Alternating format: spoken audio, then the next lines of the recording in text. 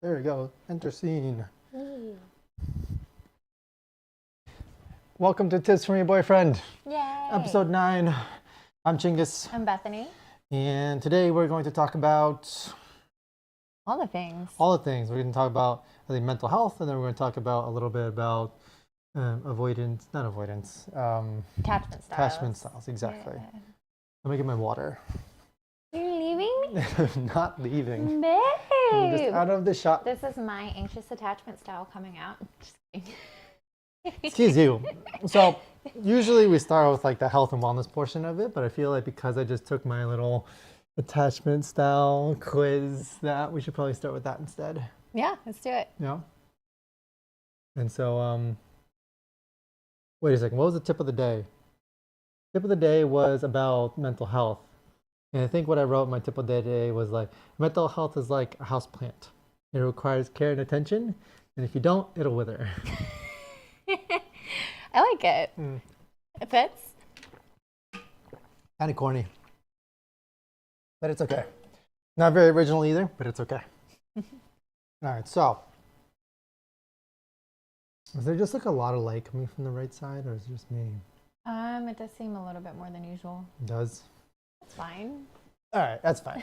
All right, let's go into attachment styles. So do you have a brief summary of what attachment styles are? Yeah, so I first discovered attachment styles in my late 20s. And when I discovered what it was, it made so much sense to me as far as why I was having difficulty in relationships and finding people to date. And then also, too, it was making me realize my responsibility in it, and that I was kind of creating a self-fulfilling prophecy in the way that I was approaching relationships to begin with. I was afraid. I'm an anxious avoidant. So there's 3 different attachment styles, or 3 main ones. There's anxious attachment, there's secure attachment, and there's avoidant attachment. Mm-hmm. Anxious attachment is where you have a fear of abandonment, essentially. Mm-hmm. You're afraid that people are going to leave you. You're afraid that, because of that fear, you try to cling on as much as you can and you try to fight for it. But because of that, it pushes people away, right? Mm. Secure attachment is, like, I'm sure you have a healthy amount of, being human, but at the same time, at the end of the day, you feel pretty secure in who you are. You're not really worried if people come or go. You're kind of good regardless of what is happening with your relationships.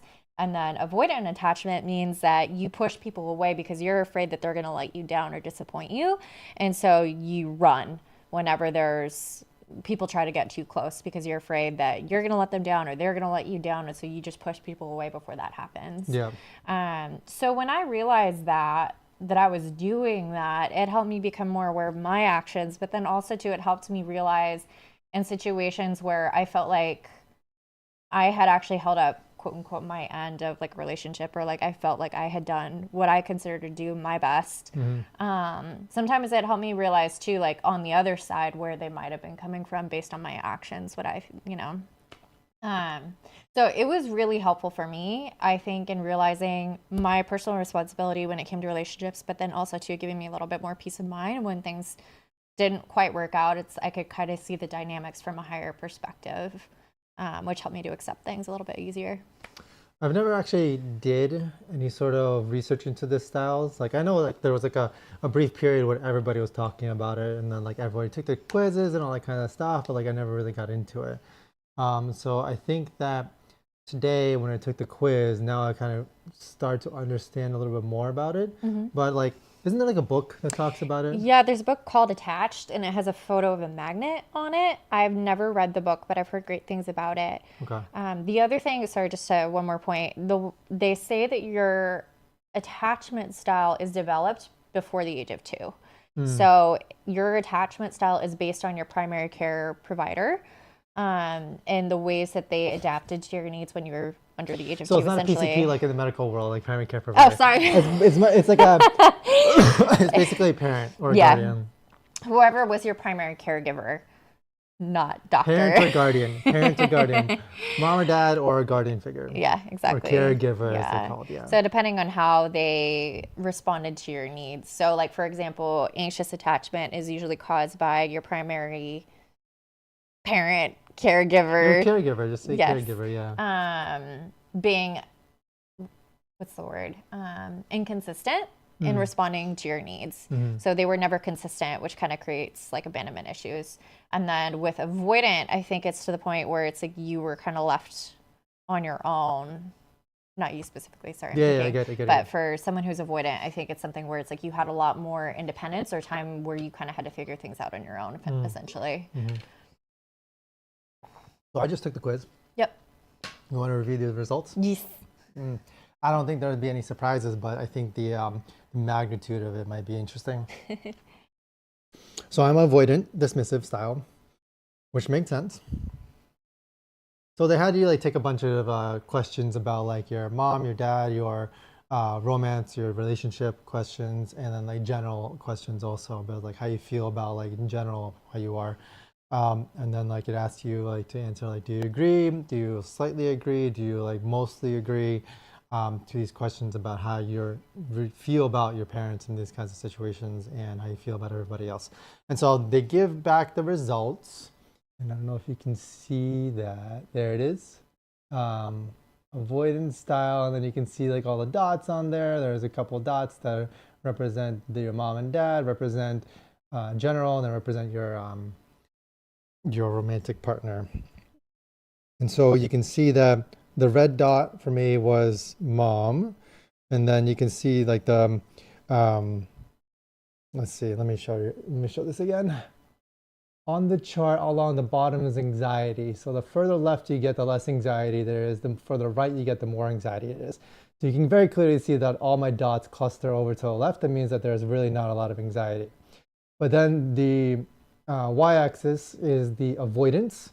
And then like the lower you are, the less avoidance there is, but the higher you are, the more avoidance it is. And so you can see like majority of my dots are to the left, but they're high up into the avoidance section. So I'm an avoidant type attachment style. But then there's also like 4 dots, right? So it's like mom and dad's up top, but then like my romantic partner, which is going to be in the bottom left corner. Yeah, that's her. So I'm more in the secure attachment. So you feel a little bit more securely attached to me. Yes. Yay.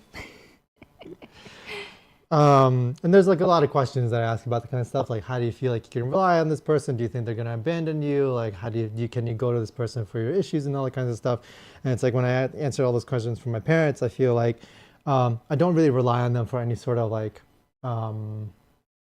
emotional or other sort of support. You know what I mean? If I have an issue, I don't ever think to myself like, oh, well, I'm going to go to my parents to try to talk this through and help about this issue. It depends on like what sort of issues. If I'm thinking about like financial issues or something like that, sure, I'll go to them because they'll have like some sort of thoughts about that I can take into account. But any sort of other kind of worldly issues, like relationship issues or anything like that, I don't really associate talking to my parents about that as something that I've ever done in the past anyways. But my romantic partner, Beth, my wife, is in the bottom left corner, so there is a secure attachment there. There's almost zero anxiety in almost all of them. And then avoidance is very low with you. Nice. Yeah. So what does it mean to be avoidant and dismissive? Avoidant attachment style is characterized by disconnecting from negative emotions and minimizing the importance of relationships. They also tend to hold themselves in high regard while maintaining a distrust of others' intentions. They often avoid emotional closeness and intimacy with romantic relationships. This information isn't to suggest that they don't seek out relationships or they don't enjoy spending time with their partners. Blah, blah, blah, blah, blah. How does it develop? Formative years in a child's life. Sorry. Let's put this, wait for now. I gotta be careful about moving my arm. All right, sorry about that. Typically develops in the first 18 months as a response to the child's relationship with their primary caregivers, my parents in this case. The child perceives their caregivers as emotionally unavailable. I would not characterize my parents as emotionally available, I would say. They're physically present, Wait, emotional available or emotionally unavailable? I kind of flipped it a little bit. I wouldn't characterize them as emotionally available. Okay. Right. I wouldn't. I just wanted to clarify since it said unavailable, and I was like, wait. No, I get it. Yeah. I don't want to say that they're unavailable. I Right. just wouldn't characterize them as available. Sure. You know what I mean? They're physically present, but they don't respond to the child's emotional needs. Blah blah blah blah blah blah.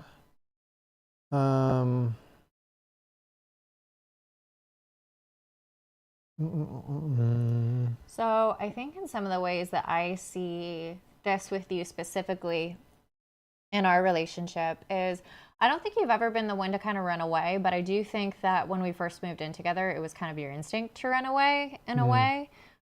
Just because like going to that level of like closeness and intimacy, I think you kind of you're just like ah. Which is understandable. And then I think the other thing too is that when it comes to learning things, you're just like, let me figure it out. Let me figure it out on my own. And like, you don't want like, yeah, when it comes to instruction or things like that, I feel like that's a funny little way that your attachment style kind of is on the obvious side. Like, I'm definitely very much like the learn by doing, and I don't need people's help. But in the It's just like, independence way of like, you don't want someone to hold your hand, essentially. You want to figure it out on your own. And I think that like independence kind of came from like being forced to figure it out on your own in a way. kind of, maybe, I'm not sure. Don't want to like indict my parents or anything like that, No, but like, no. it'd be interesting. Sure. Interesting way of thinking about it. And so it's like, I've always assumed I was avoidant relationship style, but like now that I took the quiz, now I know per se. Sure. I don't know how accurate the quiz is, you know what I mean? It's like you go in there and you just kind of like answer questions to the best of your ability. But it kind of makes sense. Yeah. I guess one surprising thing was that like I was so not anxious in all my like answers and all that kinds of stuff, which kind of surprised me because I thought maybe there would be a little bit of anxiety in some places here and there, Sure. but it didn't seem like it. Is there anything specifically that would make you think that you had some anxiety or? I guess I didn't really know how to describe anxiety in the first place. Got it. Like, I don't know if it's possible to be an anxious person if you're avoidant. And I don't know if it's possible to be an avoidant person if you're anxious. Sure. Right? Is it possible to be avoidant and anxious at the same time?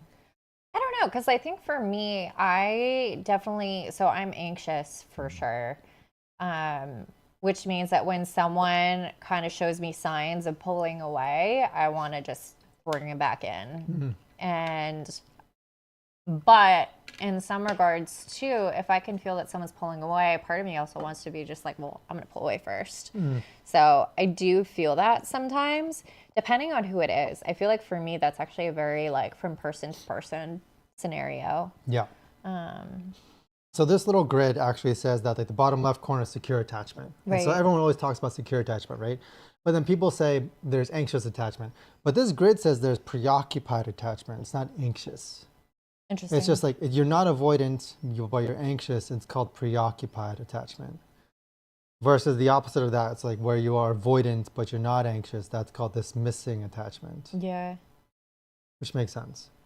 But then also it says that if you're both avoidant and anxious, it's called disorganized attachment. Sure. And so disorganized attachment means what? You're just not consistent in your attachment. I could see that where it's like you swing between anxiety versus avoidant. Swinging between like preoccupied and dismissive. Yeah. I could see that. Because I feel like when it comes to like romantic relationships, I've always swung towards anxious. Yep. For sure.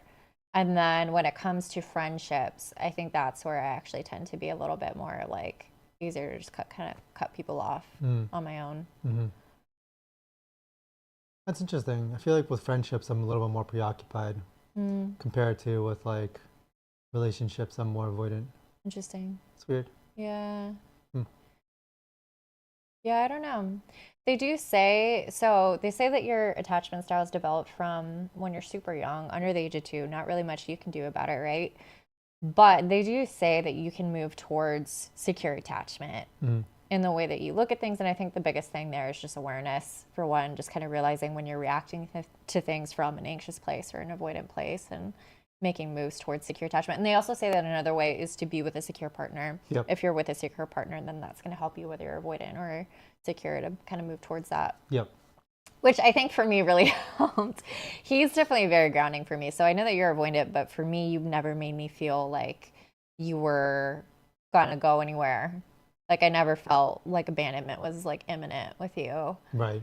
So that makes me feel more sure. And you also are very good to like reassure me too, which helps. Yeah. Which also makes sense because in the quiz it says that like it measures different relationships in your life. So like mom and dad and parents, and then also romantic. And it definitely reinforced the fact that I'm secure in a relationship or secure attachment style with you. Right. Compared to the dismissive with other people. Right, right. Yeah. Interesting. So that's a good thing. Yeah. Yeah. You get some confirmation that I'm secure with you, baby. Yeah. But yeah, I think maybe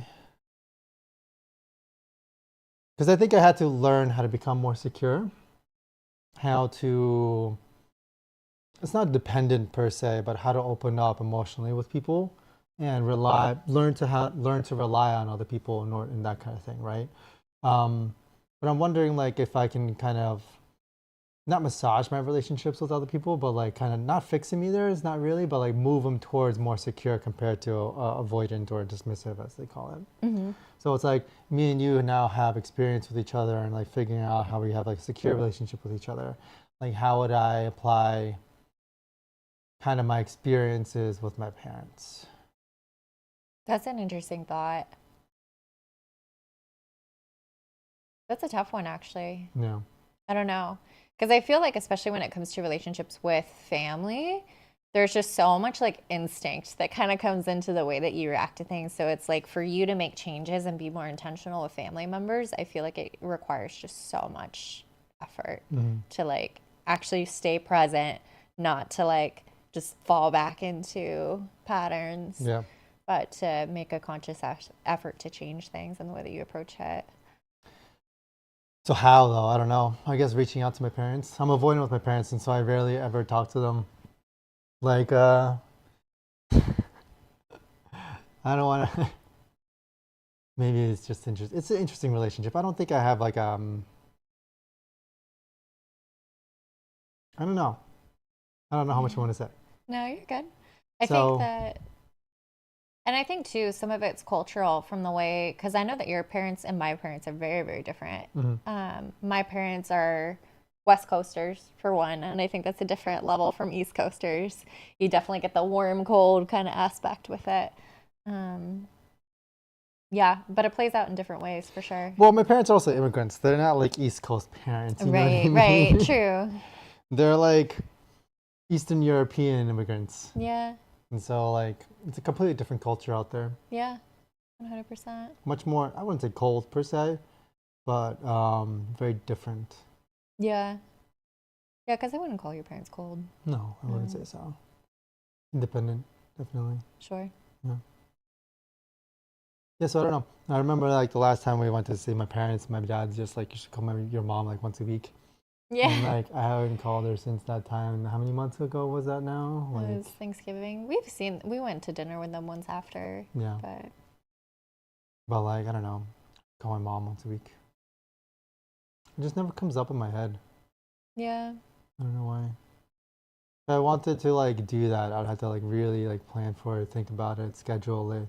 Sure. Put it to a list or something like that. You know what I mean? It doesn't just like instinctually come up to like I think about it that I want to like call my mom and talk to her. Yeah.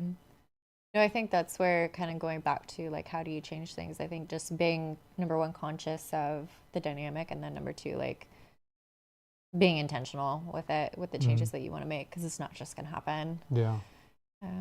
It's tough. Sure. So you're anxious, you said? Very anxious. I think, like I said, it's definitely changed being with you, because I don't have this constant feeling of like, oh, if, like, for example, I think we've talked about it before on the podcast, but our furniture arranging disagreement. Yeah. Like, I legit was afraid that if we don't figure this out, like, this isn't going to work. He's going to leave me. Like, this is just whatever. So that was kind of my mentality of I was always scanning for something to go wrong, because if that went wrong, then it meant that our relationship would fall apart. That was just kind of my mentality.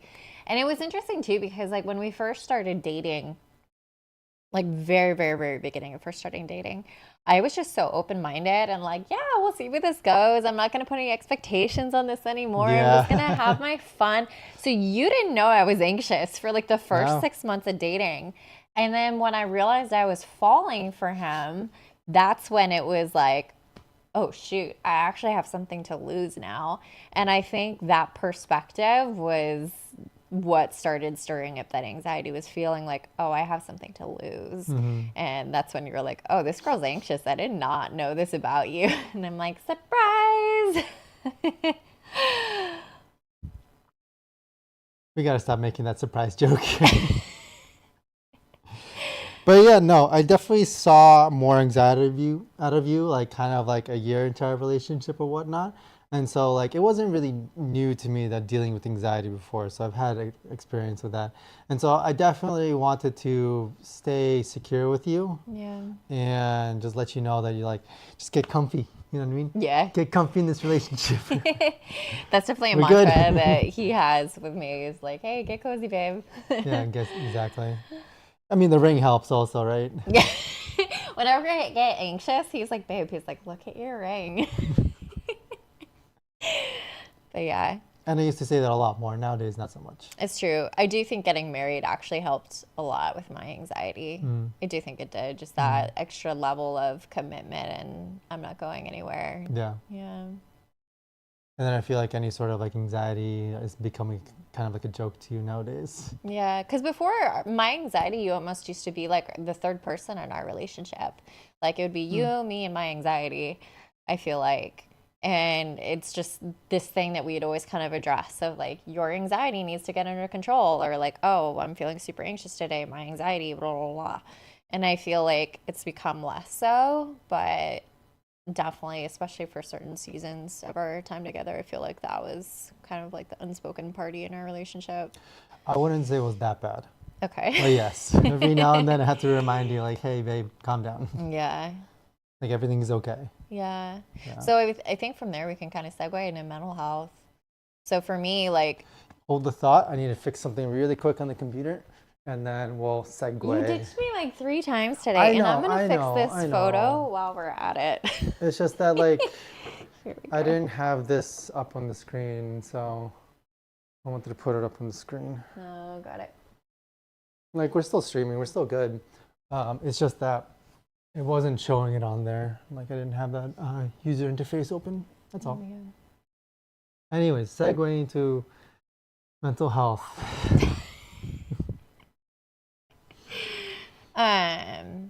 Yeah, I remember very, very clearly the first time I realized I was anxious, because like my dad is like the most anxious person I know. Highly, highly, highly, highly anxious. And I started to see a therapist after breaking my wrist. I just didn't feel like myself anymore, and was kind of at the point where it's like, I need help. And so, because I felt like, and I remember telling my therapist, like, I don't trust myself anymore. I just felt this deep distrust of my body and in my body. And I remember he asked me some very, very pointed questions, and I said yes to almost all of them. Like, do you have racing thoughts? And, do you ever worry? And I was like, well, I don't worry. I was like, I plan for things. And he's like, but isn't like planning for things to go wrong kind of worrying? And I'm like, no. So at the end of it, he's like, you realize you have anxiety, right? And I was like, I don't have anxiety. It was like, my dad has anxiety. I don't have anxiety. I was like, you're crazy. So he's like, okay, well, look up generalized like anxiety disorder. Tell me what you think. See if you relate. And I was like, okay, whatever. So the next time I met with him, I was like, so I have anxiety. But I will say, being aware of it made me start to realize just how much I was reacting to things. And instead of, again, going back to the intentionality, I wasn't being intentional in my life. I was just reacting. And also to realizing what it actually feels like in my body, because I always thought of anxiety as being like a mental thing of, worrying and being fearful. And Just kind of the things that I saw in my dad, honestly. But I never realized that it was a physical thing because for me, it kind of is this crawling out of my skin feeling. It's feeling like my heart rate's kind of high, or um, feeling sweaty even. Like it was just all this physical stuff, like that whole crawling out of my skin feeling that was something that I was so used to was the reason why I couldn't meditate either. Because I felt like anytime I sat with myself, I would just get overwhelmed by this crawling out of my skin feeling and I couldn't shake it. But I never associated that with anxiety or knew that that's what that was. So being able to put a name to that and identify what that was in my body was huge because then I could actually work at, oh, this is what it feels like when I don't feel anxious and how can I move toward that. Um, yeah. So what would you say like was probably, I don't know, the number one thing that helped you with anxiety? Breath work. Breath work? For sure. So my therapist had recommended that I do breath work, and he was kind of talking more like box breathing and that kind of a thing because he was saying if you try to just positively think your way out of anxiety and have positive thoughts, he's like, you're gonna just stress yourself out even more. He's like, it's just not gonna resonate with you, whatever. He's like, you actually need to be able to like sit with your body, clear it out, and kind of lean into the anxiety and embrace it. And so that's kind of what he was teaching me was being able to actually sit with the feeling of being anxious and be okay with it and know that I don't have to be overwhelmed by it. I can sit with it, recognize it, and feel through it, but not like have to feel like I have to run from it. Yep. And so breathwork, he said, was a really great way of doing that.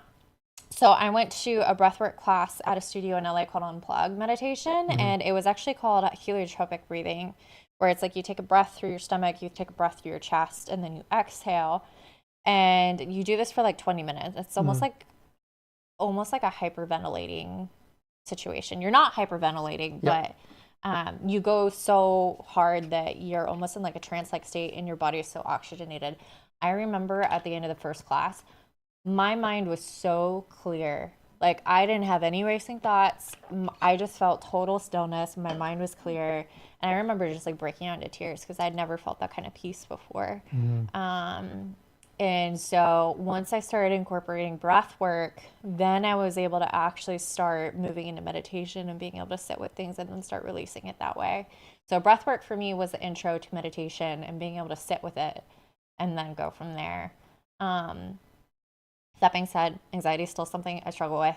I definitely get reactive to things and I don't like be intentional with it. But I notice that if I have a consistent schedule of either doing breath work and or just meditating, I'm a different person completely. Because then I can actually notice when I'm reacting out of anxiety or whether I'm actually just being intentional about something. So I think that was the biggest needle mover for me. Okay, that's good.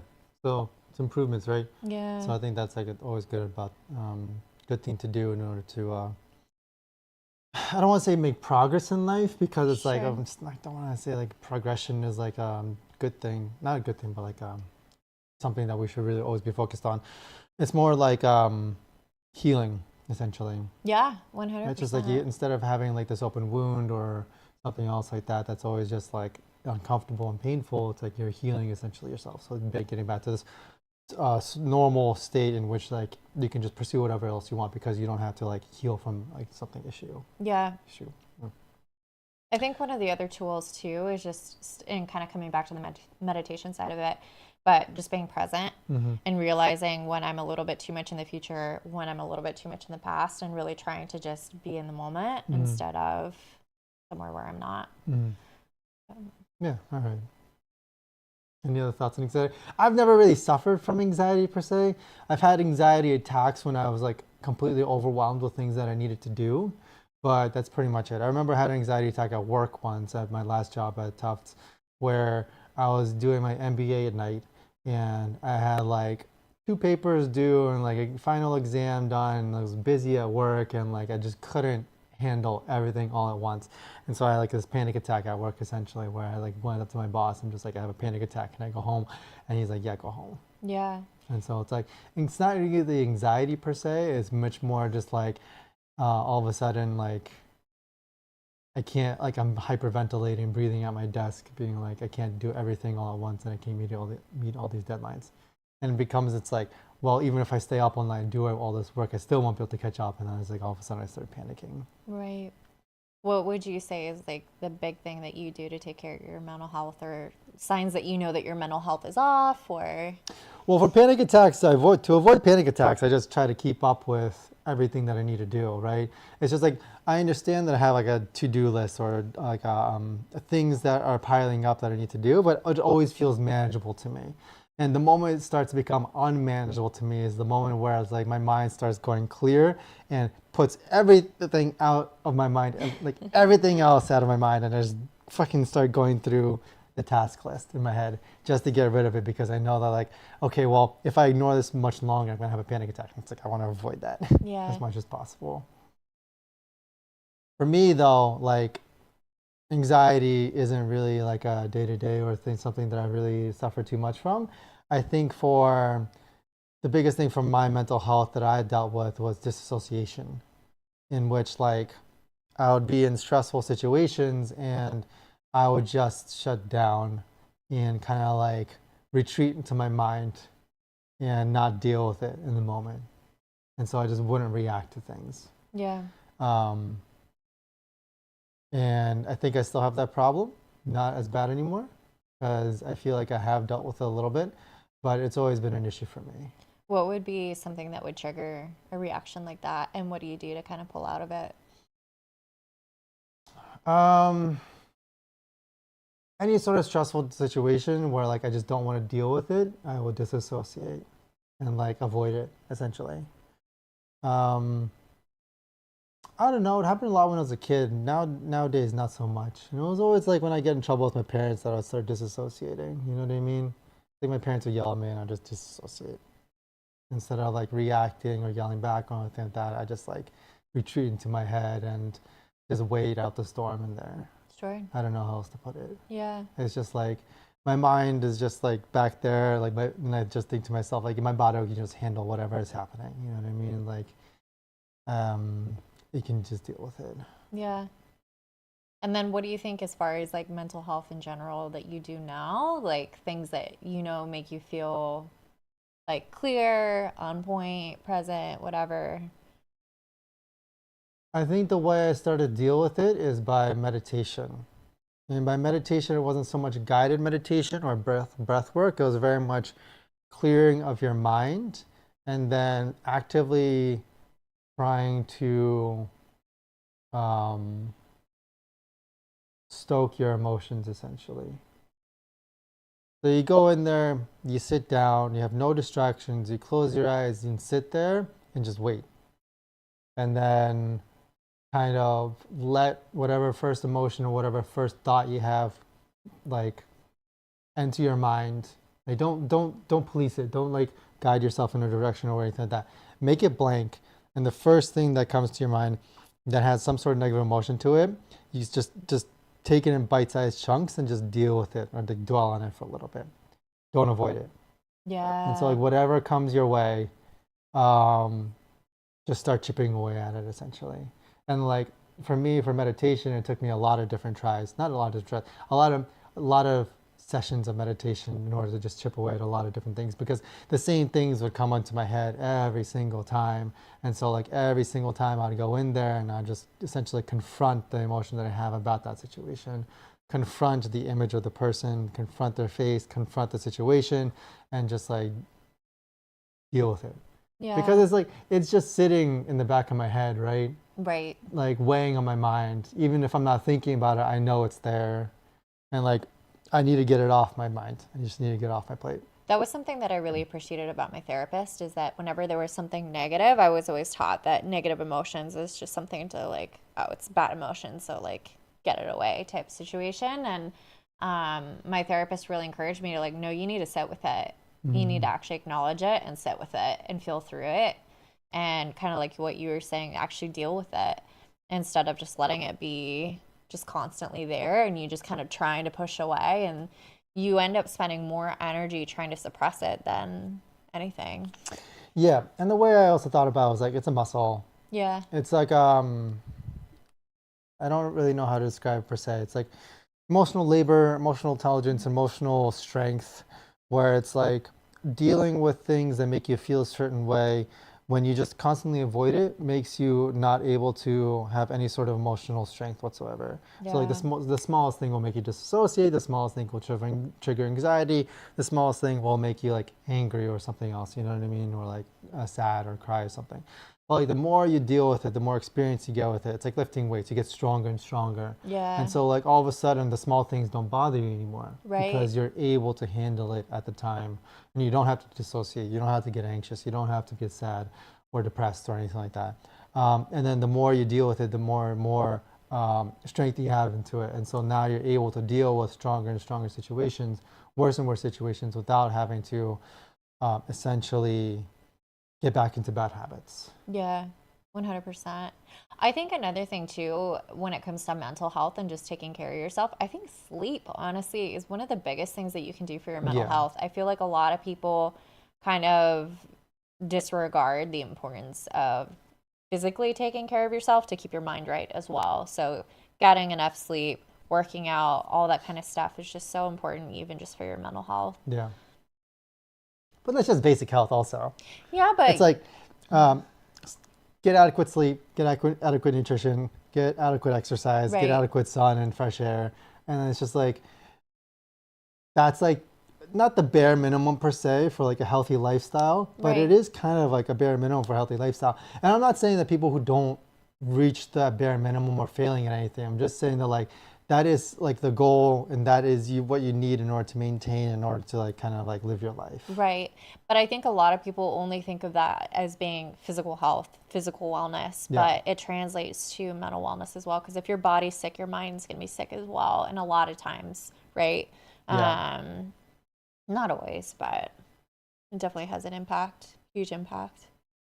Uh, I will say that it's not specific to mental health. It has great effect on mental health, but it's not specific to mental health. I would say definitely sleep, definitely eat, exercise, and all that kinds of stuff. It's yeah. amazing for you. You'll get a lot of benefit from it. Yeah. But yeah. In terms of disassociation, I feel like I've been much better recently. Um, just in general, my relationship with you, I don't really disassociate that often. I don't feel like I do a lot of the times, anyways. And then like my relationship with my parents also, I don't feel like I disassociate. I'm able to just like take it on face value as it is what it is, Yeah. even if whatever is happening, like over Thanksgiving or something, Sure. or my dad decides to like get up and push people's buttons a little bit, and I'm just like, yeah, it's okay, I can handle it. Yeah. Mental fortitude. Exactly. But yeah. Um, I don't know. Like, I think that what's other things that people deal with in terms of mental health? I feel like depression's a big Depression's one. a big one. Yeah. Which I've had depression. I was depressed my senior year in high school and then also when I was 25. Um, I think the biggest thing with that, honestly, is you just got to get through it. At Hmm. least in my case, that was kind of the situation. Looking back, I'm sure there are things that I could have done that maybe would have helped me move through it sooner. But I do think it's kind of just something you got to just walk through. I feel like depression's one of those where like sleep and exercise and other stuff really will help with that one. It does. Yeah. It does. Yeah. No, 100%. Yeah. It's like exercise, get the body going because like with your body, like exercise, like whether you're going to be doing cardio or strength training or something like that, that'll have a very positive effect on your mind. Yeah. Sun will have a very positive effect on your mind. That and finding, like I said, in my case, when I broke my wrist, I had developed just such a distrust of myself and Hmm. decisions I made and how my body, like I distrusted my own body even. So talking with the therapist, he gave me a lot of tools that Yeah. still use today. And that was very helpful because like when I think of mental health professionals, like I know in TV shows, a lot of times it's just like, so tell me how that makes you feel. And like, Yeah. let's go back to when you're 11. What are you doing? And Yeah. like, in my experience, and I was really fortunate in the first experience I had with a therapist was a very positive one, but I considered him my strategist. It's Hmm. like I would tell him about things that would trigger my anxiety. He helped me discover, okay, what are those triggers to begin with, but then also Yeah. to like, hey, when A happens, this is how you, like, this is B that you should do, or like these are different tools that you can try to like navigate that.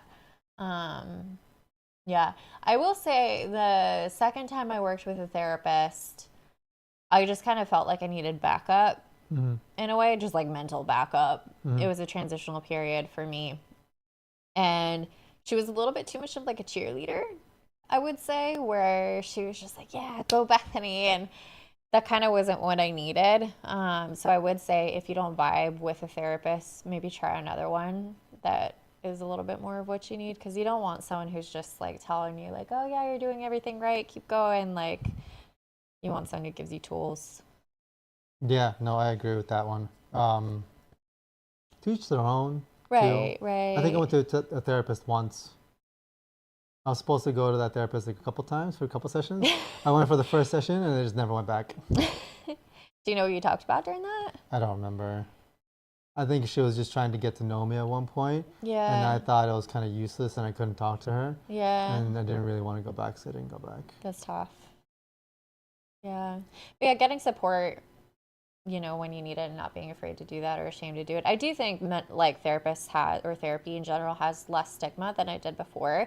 I know for me that was really helpful because like being in LA especially, like having a therapist is trendy. You'll hear just on the Yeah. street like, "Oh my gosh, I was talking to my therapist today," and da, da, da, da. Like everyone has a therapist in LA, so there's Yeah. nothing unusual or weird about it, which is why it also kind of came to my mind quicker like, "Oh, maybe I should reach out to a therapist." Yeah. Whereas I think in other places like out here, it's a little less common, but I agree with you. I think normalizing it's going to be like a good thing, right? yeah, And like the fact that you can normalize it, like, it makes it like remove the stigma of it, will yeah, definitely like get a lot more people to going with people who need to go anyways. right, right, yeah, I think on the East Coast there is still a little bit of stigma about going to see a yeah. therapist. It's like, no, I'm fine. I don't need a therapist. I'm fine. Totally good. Not tweaking. Not at all. Not at all. And I think there are some people here definitely who need to go. Like, I probably could have benefited from seeing a therapist. And I tried to at one point, after that therapy session that I went to once and never went back to, I did at one point try to go see another therapist, and I specifically tried to seek out a male therapist. And Yeah. I could not fucking find one. Wow. There was like online resources of like male therapists in the area, and I reached out to like, I think it was almost 10 of them. And like two got back and said that they were booked and nobody else got back to them. Wow. See, what has worked for me, because like finding a therapist through like in network or insurance or things local is so freaking hard, and the wait lists are insane. What I actually lucked out with was virtual. So the first therapist I found was on ZocDoc, and he was like fantastic. Like I said, I was very fortunate that he was my first experience with that. And then the second one was also through an app as well. So if you're in a pinch and you're having trouble, kind of similar to what you're having, you might consider doing like ZocDoc or some of the other virtual apps. Yeah, Yeah.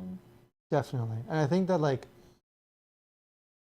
if we're just talking about like the benefits of therapy, even if you can't find a therapist, I think you can still get a lot of the benefits of therapy just from like friends and family as well. Yeah. Like if you have a close relationship and a trusting relationship with one of your friends, the close friends or for close family members, just talking things out with them in general Yeah. will get you a lot of the benefits, honestly, of like having somebody there who's emotionally available, who can talk to you about things and not like still be there for you after the fact and beforehand. Right. And then obviously it's a mutual relationship, and so it's like you want to be there for each other, and so you can't just like dump on this person Yeah. and not ever reciprocate. So it's like you really should have like a mutually beneficial thing there. Right. And also too, kind of making sure that you're in a position to share those things too, because like sometimes like if I want to have a conversation that's on a deeper level with someone, I'd like to kind of ask like, hey, like, are you okay to talk about this right now? Because sometimes people might not be in the right like frame of mind to like be able to hear something out like that. So I would say if you're going to do that with a friend or family, just kind of check in and be like, hey, is it okay if we talk about this? Or like, can I, share? Definitely check in. I agree with that. Yeah. Don't just dump something on somebody right away. Yeah, for sure. That's crazy though. But I agree. Seeing a therapist for most people, probably like for a couple sessions, isn't a bad thing. It may not be for you. It may be for you. Yeah. Stigma shouldn't really be there, but like obviously, like I don't think everybody needs therapy. I don't think I would agree with that. But like you can also consider like a therapy session as just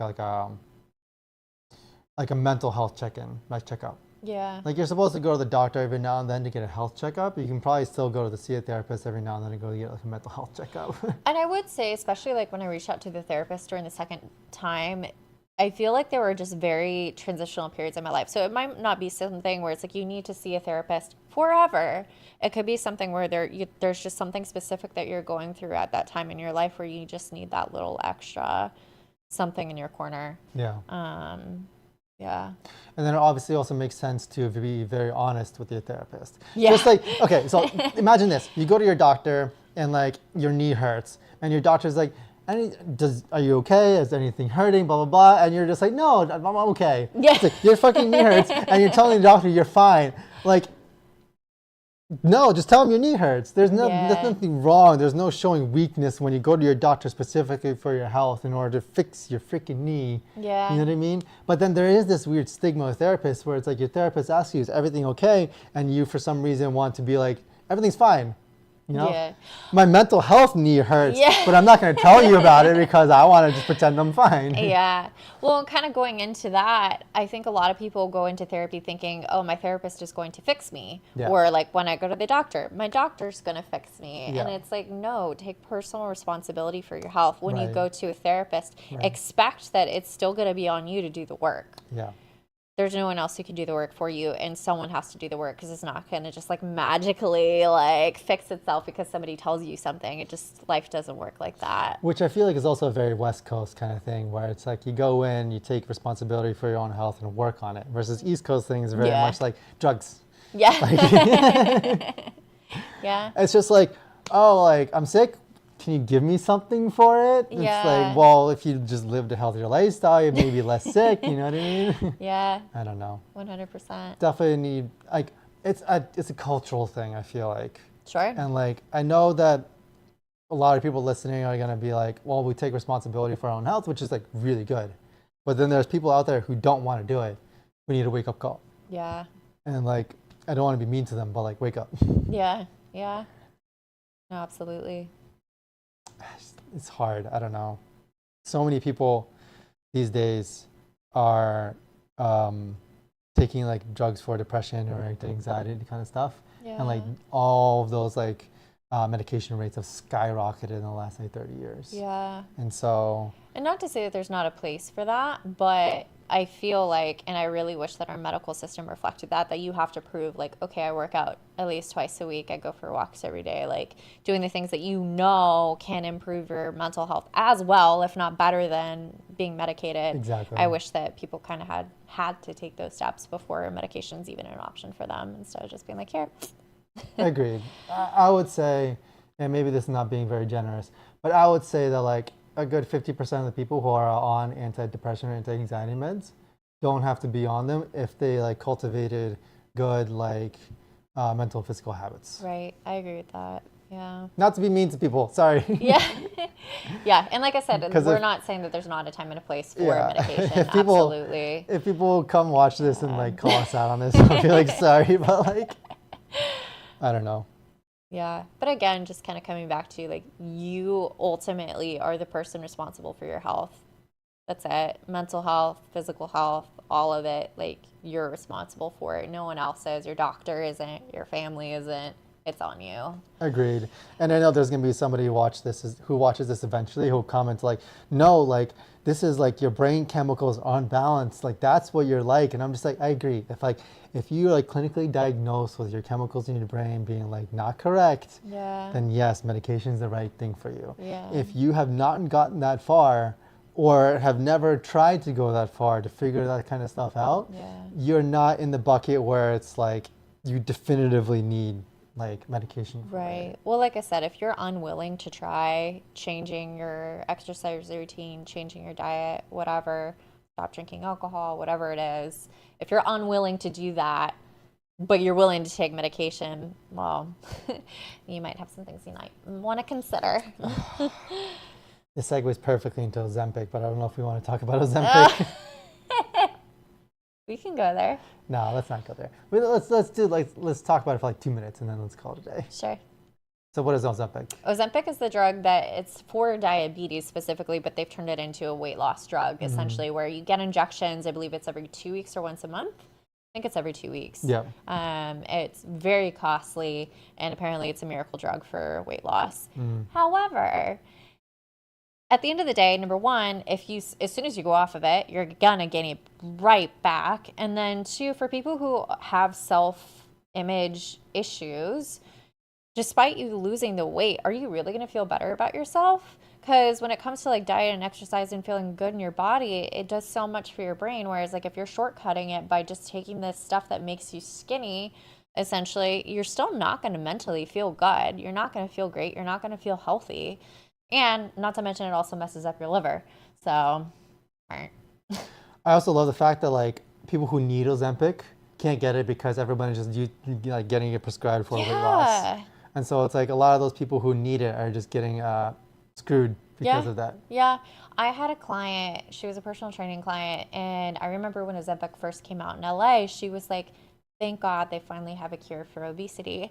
And I remember just staring at her, just being like, how do I even respond to this? You know? And she, there's no quick fix in life.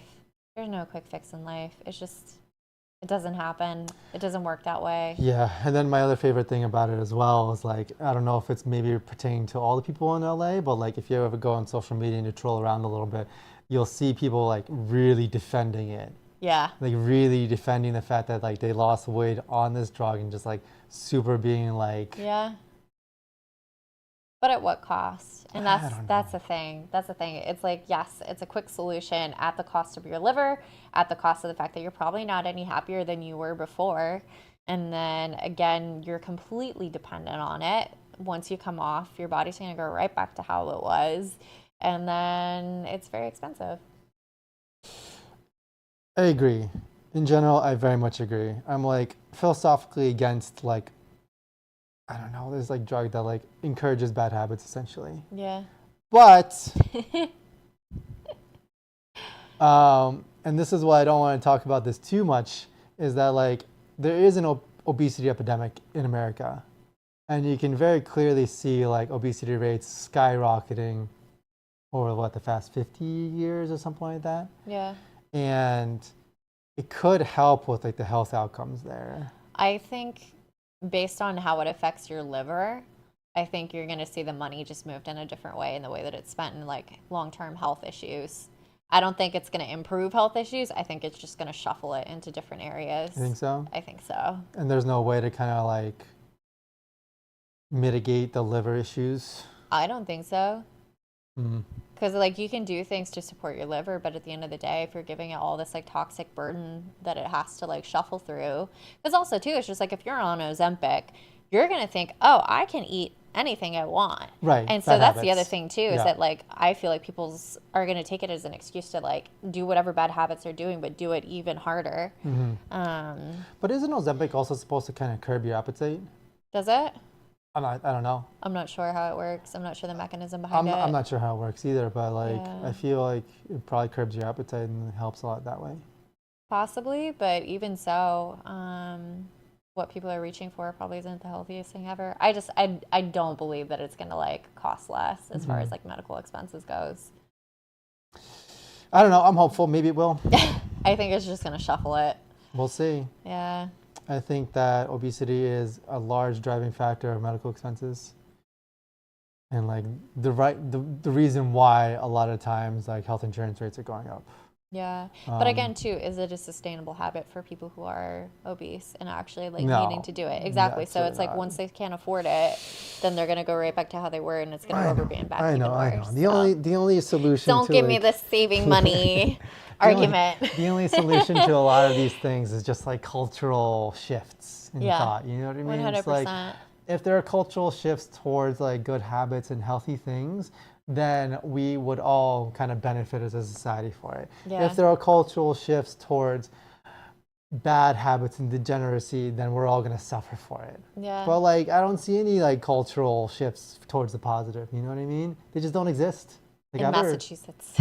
Anywhere in the U.S., I feel I like. am so prejudiced as a West Coaster because I see all the bad habits on the East Coast specifically, and so it's hard for me coming from the West Coast realizing that we have a culture that, granted, to the extremes sometimes, like they'll go for like whatever hot trend is like healthy, but at least they're like trying for it. Whereas like out here, there seems like this.